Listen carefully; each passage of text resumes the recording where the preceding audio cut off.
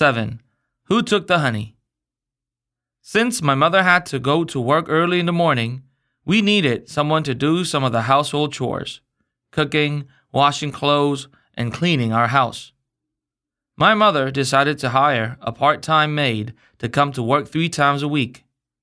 The woman worked hard and did a good job, but something odd was happening. At the beginning of one month, the honey jar on one of our kitchen shelves was almost full.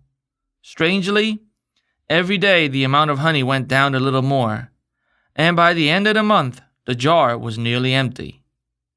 My family and I had not eaten any of the honey. We thought someone else must have been eating it. Who or what was it? The flies? No, flies aren't smart enough to open a honey jar. Could it have been the puppies in the yard? I didn't think so. Dogs are smarter than flies, but they can't figure out how to open a jar. So who could it be? I thought the maid was the only possible suspect. We decided to catch her. When I was young, there were few markets in the village. Markets opened every once 5 days. Honey was regarded as a valuable commodity in my youth because no one had much food at home. Our grandparents used to put a few spoonfuls of honey in warm water as a remedy for a bad cold or other sickness. However, the cost of the honey was not the real issue. Our maid's honesty was our concern. I thought if she had stolen honey, she would take other things. My family and I were very proud of the various souvenirs and valuables in our living room and bedrooms. Each of them held a fond memory for us of the places we visited and the people we had met. If any of the articles disappeared, it would be a great loss to us. We needed to solve this problem right away. We realized that if someone stole from us even once, something had to be done. Otherwise, it would become a habit. Thinking that we had a thief in our house sent chills down our spines. We had to stop the maid from doing it. So we confronted her and told her we were going to fire her if she didn't tell the truth. The maid said, "I didn't eat your honey, your family did." I said, "No, far from it." Ever since the honey supply started to go down, I told my family not even to touch the lid of the honey jar.